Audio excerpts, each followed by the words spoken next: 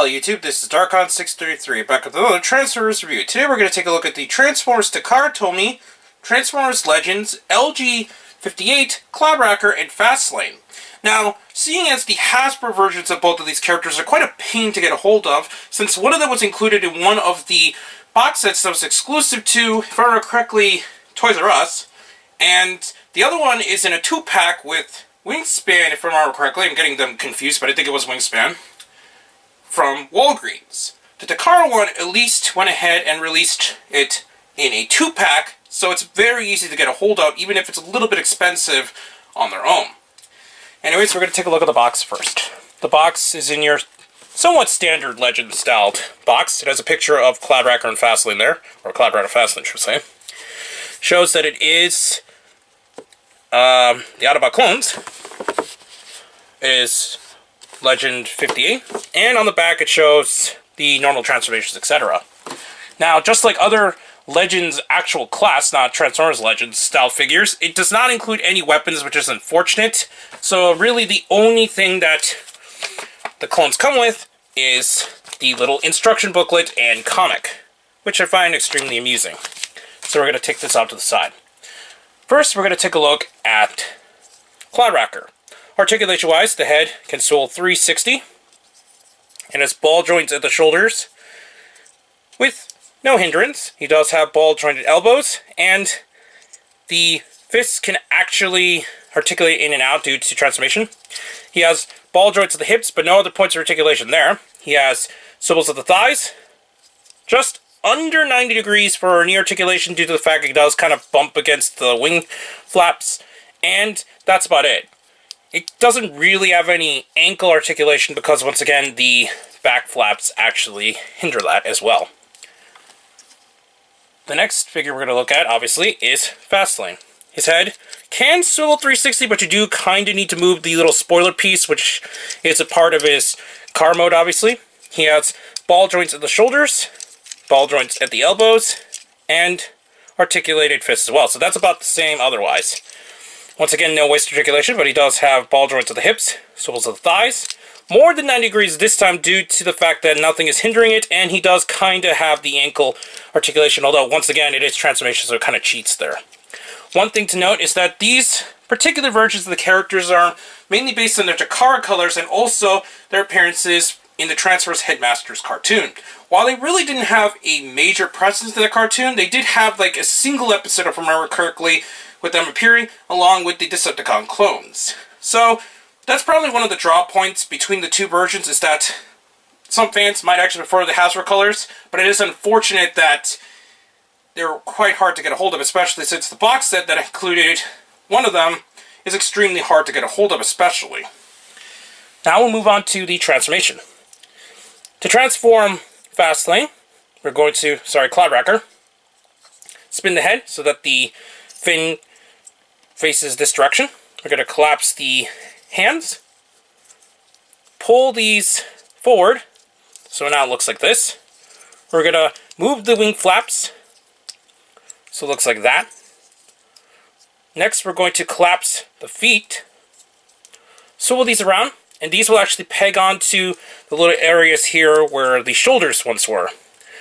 So you do need to move them into a particular way in order to get them into the correct position in order to peg it in. It does require some major twists and turns in order to actually get into that position, but once you do, it should be able to get in there. We're actually going to pull these out, which I forgot to do. So it does have that, actually. So it looks like that. And then you're going to peg in the legs onto the sides here. As long as you get everything aligned properly, it does peg in.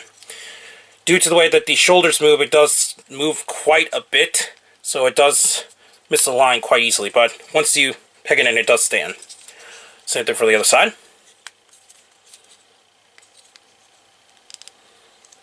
There we go. And then what we're going to do is pull this forward, and this will form the cone of the jet mode. Before we go on to how it looks more closely, we're going to transform Fastlane. Same thing, we're going to spin this so that the spoiler faces this direction. Collapse the hands. pull these forward. And this time it's a lot more simple. We're just going to collapse the feet and peg it together. And that forms his futuristic kind of styled race car mode. So definitely for Fastlane, there isn't a whole lot of transformation involved, but it is still nice that it is quite accurate to their designs. So now that we got them into the vehicle modes, we're going to take a look at Cloud Racker first. He does look pretty interesting. It's definitely accurate and reminiscent of his G1 design. Unfortunately, the head is exposed from here, and he does have a lot of empty gaps due to the way the transformation works. But that's about it. You're not going to really get anything else. He has no wheels or anything, so it's just really a flat kind of jet mode that really doesn't do a whole lot. Fastlane, on the other hand, does have regular plastic wheels, which can allow it to roll across the table pretty decently, so that's nice. Unfortunately, the head is exposed, and he does have very similar problems with the open gaps. Forgot to mention earlier is that in the original G1 toy, these used to be rub symbols. They had another rub symbol, which was an Autobot logo, somewhere else on the toy. I think it was in the crotch area, but it's not present here. But it does have the little symbols to represent their vehicle modes. So as you can see, it kind of has this little race car styled symbol there. Well, this one's more of a jet. So that pretty much covers these two figures. We're going to quickly transfer them back into their robot modes and go on to my final thoughts. So, luckily the transformations are not the most complex, so it's quite easy to put them from mode to mode. So that's really cool that they do have some pretty cool transformations, even if they are pretty simple. So we're going to spin the head around.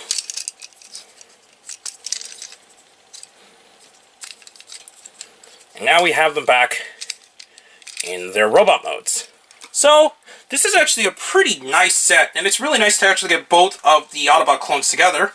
Takara will be releasing the Decepticon clones in a very similar fashion, and I cannot wait to actually get a hold of that set, since the Decepticon clones are also pretty awesome. It's still unfortunate that neither the Hasbro or Takara versions actually have any weapons, but it is still nice to actually see these get a Generations update, especially since they're quite reminiscent of their G1 toy designs, more than some of even the other figures we've seen in the line so far. So I highly recommend picking this up. I got this one, if I remember correctly, at Amiami. It's still nice that we actually got an update for these clones, and I can't wait to see the Decepticon clones next. Anyways, please comment, rate, and subscribe, and check out Hero Club and Hero Taku. Also check out my Twitter, Darkon633, and check me under Instagram under Darkon633 as well. Please check the little bell at the bottom of the screen in order to see my content go up as soon as possible, and don't forget to check down the other channels down below. I'll be back with more Transformers reviews, but for now I'll be seeing you later, YouTube. Bye.